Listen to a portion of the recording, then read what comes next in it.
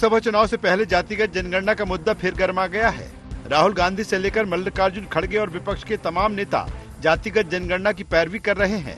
इस बीच शंकराचार्य स्वामी अभिमुक्तेश्वरानंद ने भी इसके खिलाफ वो खड़े हो गए हैं। शंकराचार्य ने कहा कि जाति व्यक्तिगत उन्नयन के लिए होती है, राजनीति करने के लिए नहीं। अगर हम पूरे देश को एक मानते हैं तो जातिगत जनगणना की आवश्यकता क्यों? जातिगत जनगणना क्यों कराना चाहते हैं? आप एक तरफ कहते हैं कि हम भारत के निवासी सब एक हैं, तो जब एक हैं तो उनको व्यक्तिगत रूप से अपनी जाति कोई मान रहा है, मानने दो। ये राजनेताओं को राजनीतिक जनगणना करनी क्यों है? क्योंकि जाति की राजनीति इनको करना है। धर्म की राजनीति एक कर रहे हैं, एक को जाति की राजनीति करना है। तो ये जो राजनीति है ये ठीक नहीं है। व्यक्तिगत उन्नयन के लिए जातियां हैं, अपने स्वयं के अभिमान के लिए हैं, ताकि हमारा पतन न हो, उसके लिए जातियों का निर्माण किया गया है। राजनीति करने के लिए जातियों का निर्माण नहीं किया गया है। शंकराचार्य के बयान ने एक बार फिर जातिगत जनगणना पर बीजेपी और कांग्रेस को आमने सामने खड़ा कर दिया है। बीजेपी एक बार फिर कांग्रेस और उसके समर्थित दलों पर जाति के नाम पर देश को बांटने की राजनीति करने का आरोप लगा रही है। भाजपा ने कहा है कि सबसे बड़ी जाति गरीब है, जिसके उत्थान के लिए मोदी सरकार प्रयास कर रही है, जबकि कांग्रेस जातिगत जनगणना के नाम पर देश को गुमराह करना चाहती है। वही कांग्रेस का कहना है कि जातिगत जनगणना से ही सभी जातियों की संख्या के संबंध में जानकारी मिलेगी। इसी आधार पर जातियों के लिए योजनाएं बना सकेंगे, इसलिए बीजेपी को इससे तकलीफ नहीं होना चाहिए। मैं कांग्रेस पार्टी से एक बात जरूर पूछना चाहता हूं। जब 2011 में जब जनगणना हुई थी और जिसको प्रकाशित भी नहीं कर पाए, तो उस समय में इनको जाति की याद नहीं आई। अब जब कांग्रेस का अस्तित्व खत्म हो रहा है तो ये जाति पाति धर्म के आधार पर ये राजनीति करने वाले लोग आज हमारे लोगों को इस तरीके से प्रलोभन दे रही है। लेकिन मोदी जी ने स्पष्ट कहा है कि सबसे बड़ी जो जाति है वो गरीब की जाति है और गरीब की चिंता पहले हो। इस देश के भावनाओं को समझते हुए हमारे नेता राहुल गांधी जी न्याय यात्रा निकाल करके कह रही है कि देश में जाति जनगणना होना चाहिए। किसका जितना संख्या है उसको उनको पता चलना चाहिए कि इस देश में रहने वाले किस जाति का कितना जनसंख्या है। और रही बात, हम लोग कभी धर्म के नाम में राजनीति नहीं करते, ना जाति के नाम पे। हाँ, जाति का जनसंख्या को बताना है हमारा, उसके आड़ पे राजनीति नहीं करते हैं। भारतीय जनता पार्टी जाति के नाम पे राजनीति करते हैं, धर्म के नाम में राजनीति करते हैं। कांग्रेस पार्टी के विचारधारा तो समतामूलक समाज बनाने की है। लोकसभा चुनाव से पहले एक तरफ बीजेपी जहां अयोध्या में राम मंदिर निर्माण को लेकर अपने पक्ष में वातावरण बनाने की कोशिश कर रही है, वहीं कांग्रेस समर्थित दलों का फोकस जातिगत जनगणना पर है। ऐसे में शंकराचार्य के बयान ने दोनों ही दलों को आईना दिखाने का काम किया है। जनता पर इसका असर कितना होगा ये तो आने वाला वक्त बताएगा। लेकिन लोकसभा चुनाव अब धीरे धीरे धर्म बनाम जाति की सियासत पर केंद्रित होता नजर आ रहा है। रायपुर से अद्वैत नायक की रिपोर्ट।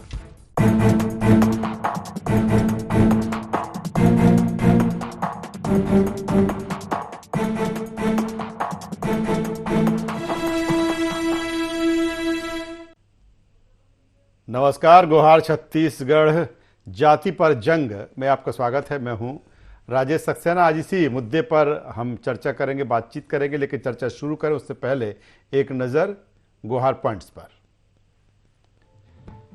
लोकसभा चुनाव से पहले क्यों छिड़ी जाति पर जंग? जातिगत जनगणना की मांग से कांग्रेस का कौन सा दांव? भारतीय जनता पार्टी को क्यों है जातिगत जनगणना से परहेज? लोकसभा चुनाव में कितना असर दिखाएगी जातिगत जनगणना की मांग? तो छत्तीसगढ़ में एक बार फिर जाति पर जंग छिड़ी हुई है, सियासत छिड़ी हुई है और बात हो रही है जातिगत जनगणना की। हालांकि ये कोई पहला मौका नहीं है, क्योंकि अब लोकसभा चुनाव है तो जाति पर जंग है। इसके पहले विधानसभा चुनाव के समय भी जातिगत जनगणना का जो मुद्दा था उसको लेकर कांग्रेस और खासतौर पर उनके नेता राहुल गांधी तमाम सारी सभाओं में इसका जिक्र उन्होंने किया, इसकी पैरवी उन्होंने की कि जातिगत जनगणना होना चाहिए, जिससे ये मालूम हो कि समाज में किसकी कितनी हिस्सेदारी है, उसी के हिसाब से उनकी भागीदारी सुनिश्चित होना चाहिए। दूसरी तरफ अगर हम भारतीय जनता पार्टी की बात करें तो भारतीय जनता पार्टी जातिगत जनगणना के इतर वो कहती है कि गणना जो गरीब हैं, जो निचले तबके के लोग हैं, उनकी होना चाहिए और कहीं ना कहीं उन्हें उनके जीवन को बेहतर बनाने की दिशा में हम लगातार काम कर रहे हैं, उन पर हम फोकस है। एक बार फिर छत्तीसगढ़ में जिस तरह से स्वामी शंकराचार्य स्वामी अभिमुक्तेश्वरानंद ने जिस तरह से जातिगत जनगणना को लेकर कांग्रेस पर भी सवाल है, दूसरी तरफ उन्होंने कहा कि एक जातिगत जनगणना को लेकर राजनीति कर रहे हैं, दूसरे धर्म के जरिए राजनीति हो रही है। और इसी को लेकर जो छत्तीसगढ़ की जो राजनीति है, जो सियासत है, वो गरमाई हुई है। आज इसी पे चर्चा करेंगे, बातचीत करेंगे। चर्चा शुरू करें उससे पहले अपने मेहमानों से आपका परिचय करा देते हैं, तारुफ करा देते हैं, फिर अपनी इस चर्चा को हम आगे बढ़ाएंगे। तीन खास मेहमान हमारे साथ इस चर्चा में जुड़ रहे हैं। हमारे साथ में हैं प्रवीण साहू जी, प्रदेश प्रवक्ता भारतीय जनता पार्टी छत्तीसगढ़, स्वागत है आपका। हमारे साथ में हैं शिल्पा देवांगन जी, प्रदेश प्रवक्ता छत्तीसगढ़ कांग्रेस, शिल्पा जी आपका स्वागत। और वरिष्ठ पत्रकार राजनीतिक विश्लेषक के शर्मा जी हमारे साथ में हैं। शर्मा साहब, मैं आपका भी स्वागत करता हूं। और सबसे पहले मैं उसी सवाल के साथ आगे बढ़ूंगा। हालांकि कोई पहला मौका नहीं है जब हम इस पर जातिगत जनगणना को लेकर जो सियासत और जो राजनीति हो रही है उस पर हम चर्चा कर रहे हों। इसके पहले भी कई ऐसा मौका रहा कि इस पर चर्चा की गई, लेकिन बात हम उससे छत्तीसगढ़ में बढ़ा देते हैं कि शंकराचार्य स्वामी अभिमुक्तेश्वरानंद ने जिस तरह से जो कहा, और कहीं ना कहीं वो कह रहे हैं क्यों कराना चाहते हैं जातिगत जनगणना। शिल्पा देवांगन जी, आपसे सीधा सवाल, कांग्रेस क्यों कराना चाहती है जातिगत जनगणना? जी नमस्कार। देखिए, जातिगत जनगणना को हम एक्सरे के रूप में जान सकते हैं कि इस देश में हर वर्ग के, हर समुदाय के लोग रहते हैं, परंतु किसकी कितनी संख्या है, किसका अनुपात कितना है, वो जब तक पता नहीं चलेगा तब तक उनके हक और अधिकारों के लिए, उनके संरक्षण के लिए, उनके संवर्धन के लिए कोई भी नियम बनाना, रूल्स बनाना या किसी भी तरीके के कार्य करना, कदम उठाने में दिक्कत होती है। ये बात तो एकदम क्लियर है जब तक पूरा डायग्नोसिस सही नहीं होगा। इसको एक उदाहरण से समझाती हूँ कि यदि हम किसी डॉक्टर के पास जाते हैं, एक्सीडेंट हो गया है, तो सबसे पहले डॉक्टर एक्सरे करके ये पता करते हैं कि हड्डी टूटी हुई है, कि मसल में चोट है, कि अंदरूनी चोट है, बाहरी चोट है। जब ये डायग्नोज हो जाता है तब फिर बात करते हैं आगे किस तरीके से हक और अधिकारों का संरक्षण, संवर्धन किया जाए, उनको कितना हक दिया जाए। और इसी से जुड़ी हुई बात है आरक्षण की। जब संख्या पता चलेगा, संख्या बल पता चलेगा, तभी तो उनके हक और आरक्षण की बात करने में हम सफल रहेंगे और प्रबलता से बात कर पाएंगे, ठोस मुद्दों पर बात कर पाएंगे। और यदि संख्या ही नहीं पता रहेगी लेकिन शिल्पा जी, आपका ये दांव आपको नहीं लगता कि विधानसभा चुनाव के समय भी यही चीजें आई थी और आपके नेता राहुल गांधी जहां जहां, चाहे हम छत्तीसगढ़ की बात कर लें, मध्य प्रदेश की बात करें, राजस्थान की बात करें, हर जगह उनकी सभाओं में जातिगत जनगणना पूरी तरीके से उनकी कैंपेनिंग फोकस थी। नहीं लगता कि जनता ने ये चीज नकार दी आपकी? कांग्रेस पार्टी जातिगत जनगणना की बात लोगों के हित के लिए करती है, चुनाव लड़ने के लिए नहीं करती है, मुद्दों की तलाश में नहीं करती है। बहुत बड़ा अंतर है, नीति, नियत और मंशा में बहुत बड़ा अंतर है कि धर्म और जाति पर राजनीति तो भारतीय जनता पार्टी करती है, परंतु कांग्रेस पार्टी लोगों के हित के संरक्षण, संवर्धन, हक और अधिकार के संरक्षण, संवर्धन की बात हमेशा करती थी और अभी भी कर रही है, आगे भी करती रहेगी। चलिए, मैं प्रवीण साहू जी के पास आता हूं, जवाब ले लेता हूं। प्रवीण साहू साहब, जवाब दे दीजिए। वो कह रहे हैं कि नीति, नियत और मंशा हमारे चुनाव के वक्त की नहीं है। हम तो जातिगत जनगणना इसलिए कराना चाहते हैं कि जिसकी जाति सबसे ज्यादा है उसके अकॉर्डिंग उसको अधिकार मिले। क्या जवाब देंगे? नमस्कार। मेरा छोटा सा प्रश्न राजेश जी आपसे है, केवल एक छोटा सा प्रश्न, उसके बाद शिल्पा जी को उत्तर दूंगा मैं। क्या आज आपने जो, चाहे मुझे की बात करें या शिल्पा जी की बात करें, क्या आपने आज हमारी जाति देखकर हमको बुलाया? मैं जानता हूं निश्चित रूप से हमको नहीं बुलाया। जिसमें जो योग्यता है, जिसमें पार्टी ने जो काम दिया है, उसको देखकर आपने आमंत्रित किया है। तो आप भी जानते हैं, सभी जानते हैं कि जिसकी जो योग्यता है उस अनुरूप उसको कार्य दिया जाता है। निश्चित रूप से राहुल गांधी जैसा जो नेता है इस देश में तोड़ने का प्रयास कर रहे हैं। सबसे पहले शिल्पा जी आप मुझे बताइए, राहुल गांधी जी की जाति कौन सी? जो जाति की बात कर रहे हैं सबसे पहले राहुल गांधी जी बताए ना उनकी जाति कौन सी है। उसका वो उत्तर नहीं दे पाएंगे क्योंकि निश्चित रूप से उनकी मंशा केवल और केवल इस देश को भ्रमित करने की है। मैं इनको बताना चाहता हूं कि इनकी मंशा, इनकी नीति, इनकी नियत केवल और केवल गांधी परिवार को पल्लवित पोषित करने की और जो है आगे बढ़ाने की है। लेकिन भारतीय जनता पार्टी की नीति और नियत और निष्ठा निश्चित रूप से इस राष्ट्र को विश्व गुरु बनाने की है। सबको जोड़ने का काम हम कर रहे हैं। और देखिए जब हम बात करते हैं गरीबी की, तो गरीबी सबसे बड़ी जाती है। देखिए आज के रूप, आज अगर हम बात करें तो विश्व में हमारी अगर अर्थव्यवस्था की बात करें तो विश्व में सबसे बड़ी भारतीय अर्थव्यवस्था भारत की है। इसके पहले हमारी अर्थव्यवस्था कांग्रेस के कार्यकाल में 11वें स्थान पर थी। तो आज अगर हम अपनी रैंकिंग देखें तो निश्चित रूप से जब हम आर्थिक रूप से जब मजबूत होते हैं तो निश्चित रूप से हमारी जो मान सम्मान बढ़ता है। यही आजकल के युग में है कि अगर हम आर्थिक रूप से सक्षम नहीं है तो हमारी व्यवस्था का जो है कम आंका जाता है। तो इसलिए आदरणीय मोदी जी कह रहे हैं कि गरीबी सबसे बड़ी जाती है। तो निश्चित रूप से मैं कहना चाहूंगा कि यदि व्यक्ति की गरीबी को अगर हम लेकर पैमाना अगर मान के चले तो सभी को लेकर हम साथ चल सकते हैं। भेदभाव क्यों ही करना है? लेकिन प्रवीण जी जिसलिए हम आज इस पर चर्चा कर रहे हैं गुहार छत्तीसगढ़ में, अगर बात की जाए अभी मुक्तेश्वरानंद की, अगर वो कांग्रेस के लिए कह रहे हैं कि ये जाति के नाम पर राजनीति करते, फिर वो सवाल कहीं ना कहीं भारतीय जनता पार्टी पर खड़े कर दे कि ये धर्म के नाम पर जाति कर रहे हैं, धर्म के नाम पर राजनीति कर रहे हैं। अभी मुक्तेश्वरानंद जी बहुत अच्छा वक्तव्य कहा कि जाति जो है केवल व्यक्तिगत उन्नयन का विषय है। ये उनकी शब्द है, निश्चित रूप से मैं उनके अनुवाद देता हूं उनके शब्दों के लिए। तो भाई देखिए जाति जो है केवल यदि हम व्यक्तिगत रूप से उन्नयन करें तो उसके प्रयास के माध्यम से आगे बढ़ सकते हैं। लेकिन धर्म की जो बात है निश्चित रूप से जनता जानती है कि धर्मों को लेकर कौन काम करता है। यही कांग्रेस पार्टी जो लगातार सनातन धर्म का विरोध करते आई है। आदरणीय के राष्ट्रीय अध्यक्ष के सुपुत्र निश्चित रूप से सनातन धर्म को क्या कहते हैं सब जानते हैं कि सनातन धर्म को HIV और एड्स जैसे गंभीर बीमारी से तुलना करना, ये इनकी विचारधारा है। राम मंदिर की बात करूं तो प्रभु श्री राम की बात कर मैं कहूं तो सुप्रीम कोर्ट में हल्लानामा देकर कहते हैं प्रभु श्री राम जो है काल्पनिक किरदार है। प्रभु श्री राम लला जी के प्राण प्रतिष्ठा की अवसर को स्वीकार ना कर। चलिए प्रवीण जी आता हूं, सेकंड राउंड में आपके पास में आऊंगा। के शर्मा साहब हमारे साथ में लगातार बने हुए हैं। के शर्मा साहब कैसे देखें, क्योंकि अगर शिल्पा जी की बात की जाए, कांग्रेस की बात की जाए तो वो कह रहे हैं कि नहीं ये कोई हमारा चुनावी मुद्दा नहीं है। लेकिन हमने विधानसभा चुनाव के दरमियान भी देखा, अब चूंकि अब लोकसभा चुनाव हैं और राहुल गांधी जी वही छत्तीसगढ़ में हैं, तो जाहिर सी बात है एक बार फिर जातिगत जो जनगणना है, सर किस रूप से देखें, क्या वाकई इसका इफेक्ट और इम्पैक्ट की अगर हम बात करें, क्योंकि विधानसभा चुनाव के दरमियान नहीं दिखा, एक बार फिर किस रूप में देखते हैं सर इसे? आप निश्चित रूप से आप राजनीतिक रूप से यदि देखेंगे तो तीनों विधानसभा में जातिगत जनगणना छत्तीसगढ़ में तो घोषणा पत्र में शामिल था और जनता ने उसको ठुकरा दिया।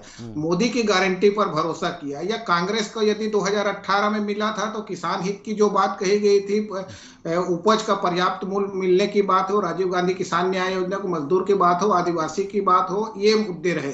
इसके साथ ही आप देखेंगे देश का मुद्दा जो है महंगाई, बेरोजगारी, भ्रष्टाचार है, जनता का विषय। जातिगत जनगणना की जहां तक बात है तो ये लंबे समय से चर्चा का विषय रहा है। 1931 में जो जनगणना हुई थी उसी को आज भी 52% ओबीसी मान के चला जाता है। लेकिन उसके बाद 1951 में जब आती है बात, तो जाति जब जनगणना होती है तो उसमें जाति जनगणना नहीं कराई जाती। इसके बाद लगातार कांग्रेस की सरकार ने उस समय कभी भी जाति जनगणना की बात नहीं आई।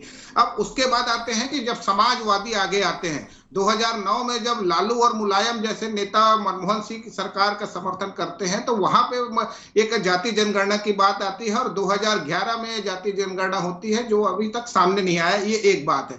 दूसरी चीज है कि धर्म को आधार पर जो ध्रुवीकरण की, अब तो धर्म छिपी हुई राजनीति में है ही नहीं, खुल के बात सामने आ रही है पहले। और उसमें हम देखेंगे तो कांग्रेस ने भी यहाँ पे जो राम वनगमन पथ की बात कही थी, जो काम किया, वो भी कह सकते हैं कि ये धर्म आधारित राजनीति या ध्रुवीकरण को रोकने का प्रयास कहा जा सकता है। अब जो धार्मिक गुरु इस पर आ रहे हैं कि सब भारतवासी एक है। इसके साथ ही संविधान में भी यदि आरक्षण का प्रावधान किया गया है, इसके साथ ही यह भी अनुच्छेद 15 और 16 में आप देखेंगे तो कानून के समक्ष समानता, पंथ, नस्ल, जाति लिंग, जनसंख्या, जन्म स्थान के आधार पर भेदभाव नहीं किया जाएगा। और अनुच्छेद 16 में कहा गया है कि रोजगार के मामलों में समानता की बात कही जाती है। अब कहने का मतलब यह है कि जो गरीबी की बात है, यदि 80 करोड़ लोगों को यदि उसमें अन्न अनाज उपलब्ध कराया जा रहा है, तो इसमें कितने गरीब के, कितने लोग किस जाति के हैं, इस आधार पर विभाजन, जाति समाप्ति की बात हो रही थी। इंदिरा गांधी ने भी मुझे लगता है कि गरीबी हटाओ का नारा दिया था, और राम मनोहर लोहिया ने जाति तोड़ो की बात कही थी। अब कहने का मतलब यह है कि अभी जो जाति की बात कर रही, लोकसभा चुनाव में कितना असर होता है, और ओबीसी की जो जनसंख्या है वो इसको कितना उसको सपोर्ट करते हैं राजनीतिक रूप से। जो राहुल गांधी हर जगह कह रहे, विधानसभा से लेकर अब तक लोकसभा में भी, और राजीव जो उनका जो न्याय यात्रा चल रहा है उसमें भी ये बात वो बार बार इस चीज को कह रहे हैं। दूसरी चीज है कि भाजपा इसको नकार रही है और गरीबी एक बड़ी जाति की बात कह रही है। यहाँ पे जाति की बात को राहुल की जाति के जैसे अभी पूछा जा रहा है, उसी तरह से यहाँ पे राहुल गांधी ने प्रधानमंत्री नरेंद्र मोदी की जाति को लेकर के ये बात कही, और प्रधानमंत्री मोदी ने छत्तीसगढ़ में ही कहा था कि वो जो मोदी है वो छत्तीसगढ़ में साहू जाति से जुड़ा हुआ है। गुजरात में मोदी तो छत्तीसगढ़ में साहू जी। चलिए मैं आता हूँ के शर्मा साहब, दोबारा आपके पास में आऊंगा। शिल्पा राजनीति चल रही है, इसको जनता को समझना होगा। जाति बंधन समाप्ति की ओर है। स्कूल में आप देखेंगे सभी बच्चे एक साथ पढ़ रहे हैं। मैं सीधे शिल्पा जी से ले लेता हूँ। शिल्पा जी एक तरफ कहीं ना कहीं जिस तरह से जो वर्ग भेद की बात आती है, अलग अलग जातियों को लेकर जिस तरह से बात होती है, कहीं ना कहीं एकता की, सारे लोग एक हैं। लेकिन जब इस तरह की चीज़ें आती हैं और सवाल फिर उठता है, आपके ऊपर ये सवाल उठता है कि कहीं ना कहीं आप जातियों को बांटने का काम कर रहे हैं। अगर मुद्दों की हम बात करें, ठीक है, चुनाव के समय विधानसभा चुनाव भी था, फिर अब लोकसभा चुनाव, तो तमाम सारे मुद्दे हैं, बढ़ती हुई महंगाई है, बेरोजगारी है, तमाम सारी चीज़ें हैं उनको लेकर। लेकिन जिस तरह से चुनाव के वक्त आपने कहा कि हमारा कोई एक चुनावी एजेंडा नहीं है, लेकिन चुनाव के वक्त ही कांग्रेस इन चीज़ों को लाती है, फिर सवाल भाजपा आप पर खड़े करती है कि आप जातियों को बांटने का काम कर रहे हैं। देखिए, आप विद्वान पत्रकार हैं, आप स्वयं जानते हैं कि हमारे संविधान में भी आरक्षण का एक प्रावधान है। तो जब तक संख्या पता नहीं रहेगी तब तक आरक्षण आप किस बल पर देंगे। मेरे भाई यहाँ बैठे हुए हैं, मैं ये पूछना चाहती हूँ, यदि जातिगत जनगणना का वो विरोध कर रहे हैं तो क्या आप आरक्षण का विरोध कर रहे हैं? इसका मतलब क्लियर है कि आप अप्रत्यक्ष या अप्रत्यक्ष रूप से आप आरक्षण का भी विरोध कर रहे हैं। या तो आप जातिगत जनगणना संख्या के बल पर पे आरक्षण देने की बात करिए, या तो नहीं करिए। दोनों बात एक साथ नहीं हो सकती है, पहली बात तो। और दूसरी बात है, मुद्दे की बात कर रहे थे, तो कांग्रेस जो है जनता की समस्याओं को और जनता के समस्याओं को हल करने और हल ढूंढने के लिए मुद्दे तैयार करती है, न कि जाति के नाम पे मुद्दे, न कि धर्म के नाम पे मुद्दे। जाति और धर्म के नाम पर राजनीतिकरण करना, राजनीतिक चश्मे से देखना तो भारतीय जनता पार्टी के नेता और प्रवक्ता करते हैं, जैसा कि अभी कर रहे हैं। सिंपल सी बात है कि जब तक एक्सरे नहीं होगा तब तक के आगे लेकिन शिल्पा जी, आपने 2011 में आपकी सरकार ने, अगर बात की जाए तो आप जब आपकी सरकार थी तो आपने भी ये कोशिश की थी कहीं ना कहीं 18 के बाद जातिगत जनगणना को लेकर उसका भी कुछ नहीं हुआ कि क्या स्थिति है छत्तीसगढ़ में आपकी? उस समय जातिगत जनगणना की गई थी, परंतु जैसे ही वो रिलीज होने वाला था, सरकार जो है भारतीय जनता पार्टी की बन गई, कांग्रेस की सरकार नहीं रही। तो वो रिलीज होने से पहले ही सरकार बदल गई, तो भारतीय जनता पार्टी ने उस रिलीज को रोक दिया, वो ओपन नहीं किया उस बात को। चलिए, प्रवीण जी वो कह रहे हैं कि हम तो जातिगत जनगणना कराना चाहते हैं, हमने किया, आपने जो आंकड़े थे वो रिलीज करने ही नहीं दिए। वो कह रहा, सवाल इस बात को लेकर कि आखिर कौन सी ऐसी चीजें हैं जिसकी वजह से बीजेपी नहीं चाहती कि जातिगत जनगणना ना हो? देखिए, पहली बात की 5 वर्ष की सरकार की बात करें तो 5 वर्ष पर्याप्त होता है आपके पास जातिगत जनगणना कराने के लिए। लेकिन आपकी मंशा केवल और केवल जो निश्चित रूप से ओछी राजनीति करने के लिए है, इसलिए आपके पास पर्याप्त समय था। आप सरकार बदलने को दोष मत दीजिए, आपने उसके पहले क्यों नहीं करवाया, रिजल्ट जारी क्यों नहीं हुए? क्योंकि आपकी मंशा केवल राज्य को भ्रमित करने की थी। मैं आपको कुछ आंकड़े प्रस्तुत करता हूं। जब इस देश के साथ साथ पूरे विश्व में लगभग, खासकर देश की बात करो तो 221 करोड़ अगर कोविड की वैक्सीन लगे तो किसी की जाति देखकर नहीं लगी, खासकर अगर वर्तमान की बात करूं तो प्रधानमंत्री अन्य जो है गरीब कल्याण योजना के माध्यम से लगभग 81 करोड़ व्यक्ति को पीडीएस फ्री में दिया जा रहा है। तो किसी की जाति देखकर नहीं दिया जा रहा है, तो जाति के पार्ट के लोगों को भ्रमित करने का काम यह करते हैं। मैंने चुनौती देकर पूछी थी कि राहुल गांधी जी की जाति कौन सी है, बता दीजिए। आप तो कांग्रेस की वरिष्ठ और बहुत दिग्गज प्रवक्ता है, छोटा सा प्रश्न, छोटा सा उत्तर दीजिए। राहुल गांधी की जाति कौन सी, मुझे आप बता दीजिए। छोटा सा प्रश्न है, बताइए उनकी जाति कौन सी है। शिल्पा जी बताइए मुझे आप अपना। जी जी चले, शिल्पा जी बता दीजिए राहुल गांधी की जाति कौन सी है। चले, राहुल गांधी जी की जाति पर आप अपना मत जाहिर नहीं करिए तो ज्यादा अच्छा रहेगा। आप राहुल गांधी के देश की जातिगत जनगणना की बात कर रहे हैं, देश की जनता के हितों की रक्षा के लिए जातिगत जनगणना की बात कर रहे हैं। आप यदि बातों को घुमाकर देश की जनता के बातों को नहीं घुमा रहा हूं, प्रश्न पूछ रहा हूं। आप जातिगत जनगणना की बात कर रहे हैं, चैनल में बैठ के तो आपकी प्रॉब्लम है। मतलब आप देश की जनता का आरक्षण पढ़े लिखी है, राहुल गांधी की जाति कौन सी है, मुझे बता दीजिए। नहीं चाहते क्या आप हक और अधिकार की रक्षा करना जनता के लिए नहीं चाहते क्या? आप जो वंचित लोग चीजों को फायदा देना नहीं चाहते? राहुल गांधी की जाति कौन सी है? जो जातिगत जनगणना की बात कर रहे हैं, उलट प्रश्न करें उनकी जाति कौन सी है? बताइए ना, जनता केवल लोगों को भ्रमित करने की है। इस प्रदेश और देश को भ्रमित करने की राजनीति है, यही उनकी जाति है, लूट खसोट करने की जाति है उनकी। आप बताइए ना, आप बताइए कि हक और अधिकार से वंचित करना चाहते हैं। आपकी तो प्रश्न उठाए ना जातिगत जनगणना की, बताइए प्रियंका गांधी वाला की जाति कौन सी है? राहुल गांधी जी और प्रियंका गांधी जी जनता के हक के लिए लड़ रहे हैं, वो अपने लिए नहीं लड़ रहे हैं। जनता के हक, राहुल गांधी जी की लॉन्चिंग यात्रा कर रहे हैं, अपने राष्ट्रवाद को असफल प्रयास कर रहे हैं, लेकिन सफल नहीं होगा। देश को तोड़ने का प्रयास मत करिए आप। चलिए वक्त की कमी है, फाइनल कमेंट्स के लिए के शर्मा साहब के पास में आऊंगा। के शर्मा साहब, अब चूंकि जाहिर सी बात है लोकसभा चुनाव है, मेरा सीधा सा सवाल, अब जातिगत जनगणना का जो मुद्दा है एक बार फिर अब सियासत में, राजनीति में तैर रहा है। मैं आपसे जानना चाहूंगा क्या वाकई कुछ असर दिखेगा इसका?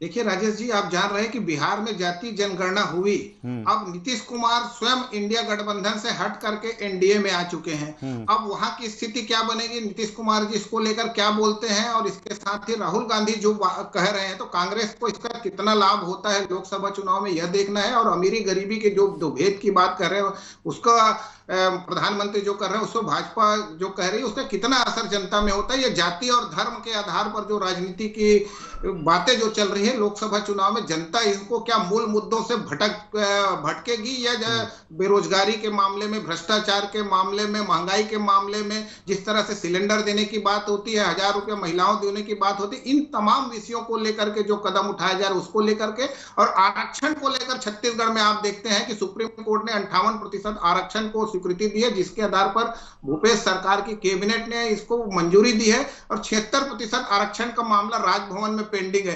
कुल मिलाकर के आरक्षण को लेकर के इन वर्गों को, एसटी, एससी, ओबीसी को कितना लाभ मिला है, उसकी तुलना में क्या रोजगार के अवसर उपलब्ध हो रहे हैं, सरकारी नौकरियों में इनकी कितनी भागीदारी, जो सवाल पूछा जा रहा है ये भी वाजिब है। लेकिन इस वर्ग ये यहां तक क्यों नहीं पहुंच पाया, ये राजनीतिज्ञों को ही समझना है, और नीति निर्धारकों को उनकी नीयत पर भी देखना चाहिए कि जो आप बात कर रहे हैं उसको लेकर के आप कितना काम कर पाएंगे। जिन राज्यों में आपकी सरकार है वहां जाति जनगणना के आधार पर कितनी सफलता की ओर आगे बढ़ते हैं, कितना सामाजिक न्याय और आर्थिक न्याय। चलिए, बेहतर बात के शर्मा साहब कह रहे थे, और जातिगत जनगणना, जी बिल्कुल बेहतर बात आप कर रहे हैं। और मुझे लगता है कि जातिगत जनगणना से ज्यादा जो बात है आप जिसका जिक्र आप कर रहे हैं, जो तमाम सारी चीजें हैं, कि उसके पे भी अगर सियासत और राजनीति की जब बात करते हैं, या जनता के सामने जो समस्याएं हैं, जो बढ़ती हुई महंगाई, बेरोजगारी, या फिर आपने जिक्र किया जो भ्रष्टाचार, इन पर कहीं ना कहीं राजनीतिक दलों को सोचना होगा, सरकार किसी भी की हो, चाहे सत्ता पक्ष में हो चाहे विपक्ष में हो। और इसके अलावा जो जनता से जुड़े जो मूल मुद्दे हैं, मुझे लगता है कहीं ना कहीं अगर उस पर जो चीज़ें होंगी, फोकस होंगी, तो बेहतर होगा। और जब जातिगत जनगणना की एक बार फिर इस समय वेब छत्तीसगढ़ में अब कितना ये असर डालती है और कितना कांग्रेस को फायदा पहुंचाती है तो आने वाला समय भी बताएगा। लेकिन कुल मिलाकर छत्तीसगढ़ में जाति पर जंग छिड़ी हुई है। तीनों मेहमानों का धन्यवाद करूंगा, शुक्रिया करूंगा। तो जिस तरह से लोकसभा चुनाव और लोकसभा चुनाव से पहले छत्तीसगढ़ में जाति पर जो सियासत है, जो राजनीति है, वो गरमाई हुई है। विधानसभा चुनाव के समय भी इस तरह की चीज़ें देखने को मिली थी। अब देखना होगा कि लोकसभा चुनाव में कांग्रेस को कितना इसका फायदा मिलता है। गुहार छत्तीसगढ़ में बस इतना ही। IND 24 पर खबरों का सिलसिला लगातार जारी है, बने रहिए हमारे साथ। नमस्कार।